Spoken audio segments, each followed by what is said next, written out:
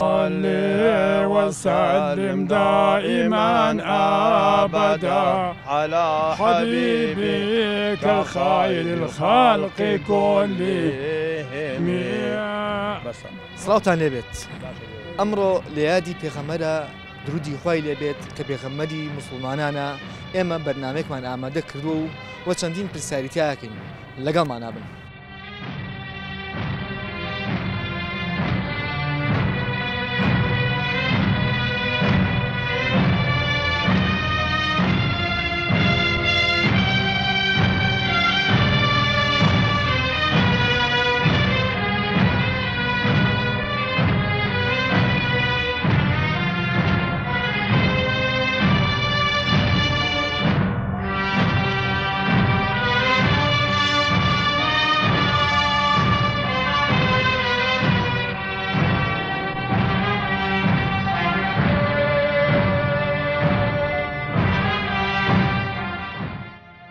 مانجي مولود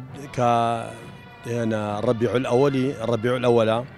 أما مانجي إما بلاي إما زور بيروزا تونجي بيغمبري جوري مزني إما أو رجع هاتو تسر جهان وهاتو الدنيا مولو خينو مجا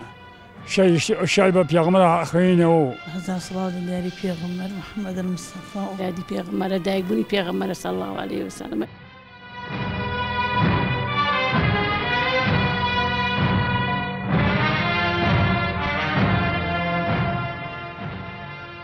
آيتي بنحنوكا بس الأمزمينة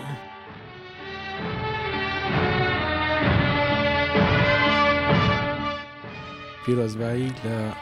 مسلمانانی کوردستانەکەم عامەتەن و بۆ هەموو جیهان. لە یادی لەدایکبوونی پێغەمبەری خوا صلی الله عليه وسلم هیوادارم شادی و خۆشی و سەربەرزی باڵبکێشێ بەسەر عالەمی ئیسلامیا بە تایبەت کوردستانی خۆشمەند.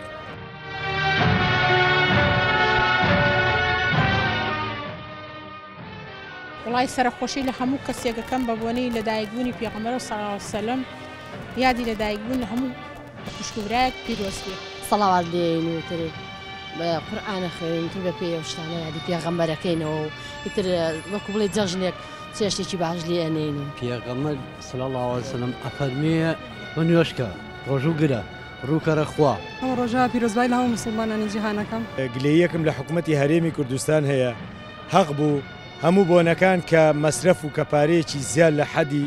بۆ سەرفەکرێ بۆ تەرخانەکرێ بۆ ئەم یادە مبارەک و پیرۆزەش خۆزگە هەموو ساڵێک مەسرفێک شتێکی وا بکرایە کە پێوەی دیار بواە کە ئەمە بۆ یادی پێغەمبەر صلی الله علیه وسلم ئەکرێت.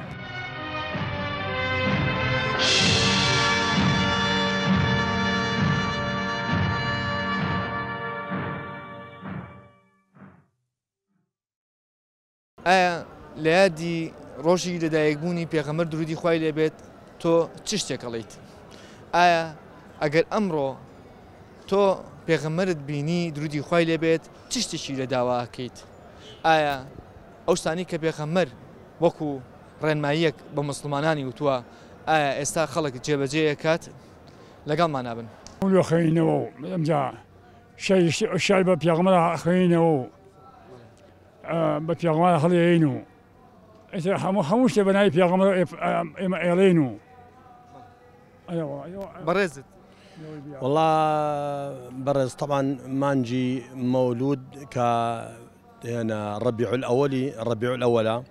أما مانجي إما بلاي إما زور بيروزا تونجي بيغمبري جوري مزني إما أو رجع هاتو تسر جهان وهاتو الدنيا همو إنساني لا ناڕەحەتی و لا بتپەرستی و لا ئەو کاتێکە کچیان ئەکوشت و خنیان خەڵکیان دیل ئەکرد و وەکو عەبد و ئەمانە هەبوو هەموو لە هەمووی ڕزگار بوون کە بەهاتنی ئەو هەموو ئینسانێک لە ناڕەحەتی ڕزگار بوو. ئێمە ئەو ڕۆژەش بە ڕۆژی پیرۆز دەئانین. خوای تەعالا پێغەمبەری خۆشەوە وما أرسلناك إلا رحمة للعالمين وإنك لعلى خلق عظيم. معناه لدایتی پێغەمبەر هیچ شتێ بکە شارکەمە ئەمەگە گەورە و خۆشویستە لە خزمەت خوای گەورە. ئێمە کە پێغەمبەر خۆشوێ بە خاتی خوا چکە خوا پێغەمبەری خۆشوێ خوا نردوتی بۆ عالم وما أرسلناك إلا رحمة للعالمين يعني رحمته بۆ هەموو عالم فەرقی نەکردو بۆ هەموو کەس یعنی. هەزار سڵاو لە پێغەمبەر محەممەد المستەفا و داوای هەموو خۆشی بۆ هەموو ئیسلام و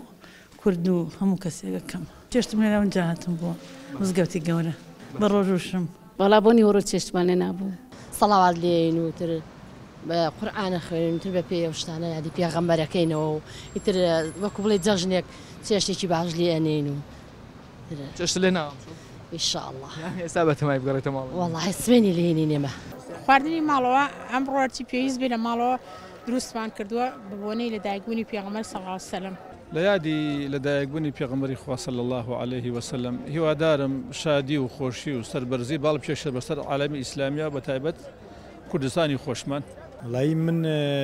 پیرۆزبایەکی گەرم لە خەڵکی کوردستانەکەم بە بۆنەی لەدایکبوونی پێغەمبەری ئیسلام صلی الله عليه وسلم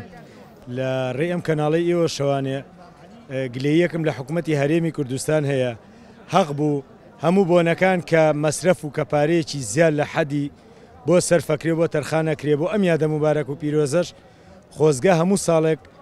مەسرفێک شتێکی وا بکرایە کە پێوەی دیار بواە کە ئەمە بۆ یادی پێغەمبەر صلی الله عليه وسلم ئەکرێت والله دوعای ئەوە کەم بە قوربان خوا ئاوێکی بەڕەحمە بکە بەسەر ئەم زەمینە ڕۆڵەی هیچ کەسێ تەنیانە نێتە ڕێگای دەرگای ڕەحمەتی لە من و لە ڕۆڵەکانم کرێتەوانی بەساقاو بم بۆیە هاتم ئەپارڕێمەوە ئەم شەوە زۆر پیرۆزە ساسەکەی ئەو دیلگرتنی کە خۆت باس کرد دیلگرتنی کچ و ئافرەت وان و پێماوە جاریە و عەبد و نەخێر ئێستا نەماوە جای ئەوە دەوری جاهیلیەت بوو ئەوشتا ئێستا دەوری ئەوە نەماوە کە بڵێ یەکێ عەبدێکی هەبێ و یان جاریە هەبێت و ئەوە نەماوە لە حەدیثی فرمودەی خوا و حەدیثی پێغەمبەر صلی الله علیه وسلم ئەم جاهلیەت و شەی لا برد حرمەتی ما في ئافرەت لە دینی مسلمانە هەیە ئەی باشە بۆچی لەگەڵ ئەوەش ئەو هەموو جاری وایە ئافرەت ئەکوژرێت و مەسەڵەن سەرنوگوم ئەکرێت و بێسەر و شوێنەکرێت ئایا ئێمە وانەمان لە شتەکانی بێخەمە وەرنەگرتووە